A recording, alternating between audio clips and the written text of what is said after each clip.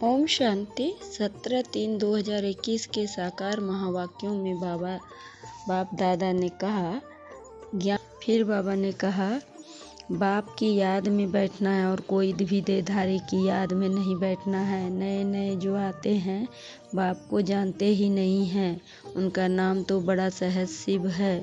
शिव बाबा बाप को बच्चे नहीं जानते, कितना बंडर है। शिव बाबा ऊंच से ऊंच सर्व का सदगति दाता, सर्व को पतितों से पावन करता, सर्व का दुख हरता भी कहते हैं, परंतु वह कौन है यह कोई भी दुनिया में मनुष्य आत्माएं नहीं जानते हैं, सिवाय तुम भी के।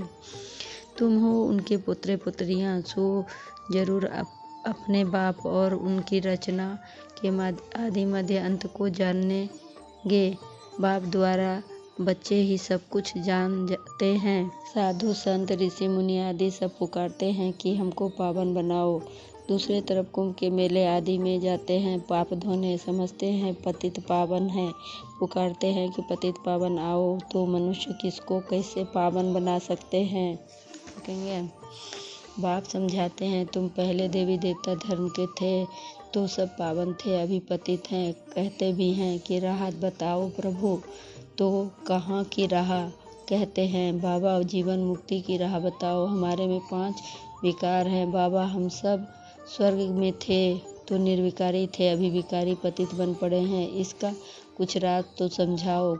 यह कोई दंत कथाएं नहीं है, बाप समझाते हैं श्रीमद् भागवत गीता अथवा परमात्मा की सुनाई हुई गीता है। पतितों को पावन बनाने वाला निराकार भगवान। बाबा ने कहा बाप ही पतितों को पावन अथवा कांटों से को फूल बनाते हैं नॉलेज से। यह गीता की नॉलेज है, यह ज्ञान कोई मनुष्य नहीं समझा सकते हैं। ज्ञान का सागर पतित पावन बाप ही समझा सकते हैं। बाप से ही वर्षा मिलता है जो तुम ले रहे हो।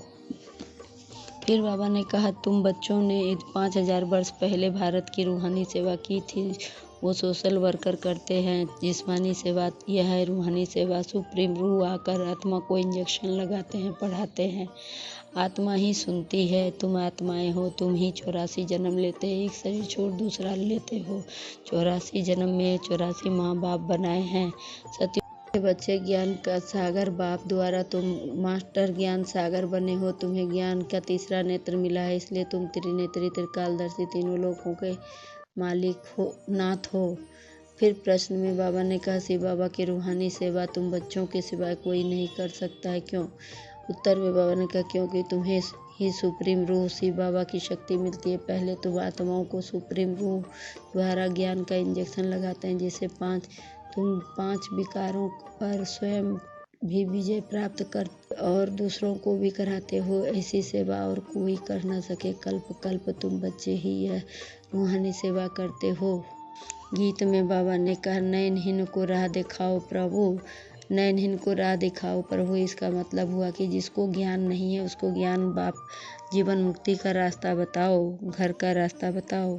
अच्छा मीठे मीठे से खिला दे बच्चों प्रति माता पिता बाप दादा का याद प्यार और गुड मॉर्निंग। रूहानी बाप की रूहानी बच्चों को नमस्ते। हम रूहानी बच्चों के रूहानी बाप दादा को याद प्यार और गुड मॉर्निंग और नमस्ते। नमस्ते सदा रहो हंसते, बन जाओ फरिश्ते, चलते रहो परम धाम के रास्ते। शुक्रिया बाबा पद्मा पदम शुक्रिया बाबा। धारणा के लिए मुख्य सार है। पहली पॉइंट में बाबा ने कहा बाप की श्रीमत पर भारत की सच्ची रूहानी सेवा करनी है। सर्वशक्तिमान बाप से शक्ति ले 5 विकारों रूपी शत्रुओं पर विजय पानी है। दूसरी पॉइंट में मनुष्य से देवता बनने के लिए पवित्र जरूर बनना है। नॉलेज को धारण कर कांटे से फूल बनना और बनाना है। फिर वरदान में बाबा ने कहा श्रीमत द्वारा सदा सुखी व हल्केपन का अनुभव करने वाले मनमत और परमत से मुक्त भव। श्रीमत द्वारा सदा खुशी और हल्केपन का अनुभव करने वाले मनमत और परमत से मुक्त भव। स्पष्टीकरण जिन बच्चों का हर कदम श्रीमत प्रमाण है उनका मन सदा संतुष्ट होगा, मन में किसी भी प्रकार की हलचल नहीं होगी। श्रीमत पर चलने से नेचुरल ही खुशी रहेगी, हल्केपन का अनुभव होगा। इसलिए जब भी मन में हलचल हो, जरा भी खुशी की परसेंटेज कम हो तो चेक करो, जरूर श्रीमत का अवज्ञा होगी। इसलिए सूक्ष्म चेकिंग कर मनमत पर व परमत से स्वयं को मुक्त कर लो। फिर बाबा ने स्लोगन में कहा बुद्धि रूपी दिमाग द्वारा वतन में पहुंचकर ज्ञान सूर्य की किरणों का अनुभव करना ही शक्तिशाली योग है। बुद्धि रूपी विमान द्वारा वतन में पहुंचकर ज्ञान सूर्य की किरणों का अनुभव करना ही शक्तिशाली योग है। मातेश्वरी जी के अनमोल महावाक्य थे। आत्मा और परमात्मा में अंतर क्या है? आत्मा और परमात्मा अलग रहे बहुकाल, जब सुंदर मेला कर दिया सतगुरु मिला दलाल यहाँ ब्रह्मा बाबा। जब हम यह शब्द कहते हैं तो इसका अर्थ है कि आत्मा परमात्मा से बहुत काल से बिछुड़ गई है। बहुत काल का अर्थ है बहुत समय से आत्मा परमात्मा से बिछुड़ गई है। तो यह शब्द साबित करते हैं कि आत्मा और परमात्मा का अलग दो चीज है। दोनों में आंतरिक भेद है, परंतु दुनियावी मनुष्यों को पहचान न होने के कारण वो इस शब्द का अर्थ ऐसा निकालते हैं कि मैं आत्मा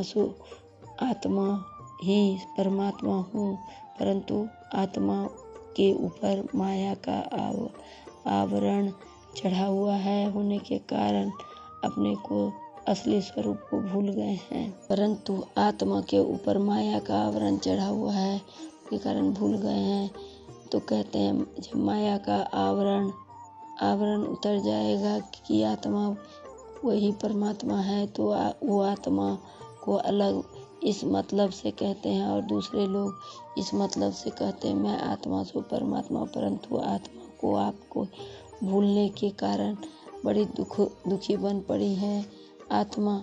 जब आत्मा फिर अपने को आपको पहचान कर शुद्ध बनती है तो फिर आत्मा परमात्मा में मिल एक ही हो जाएंगे।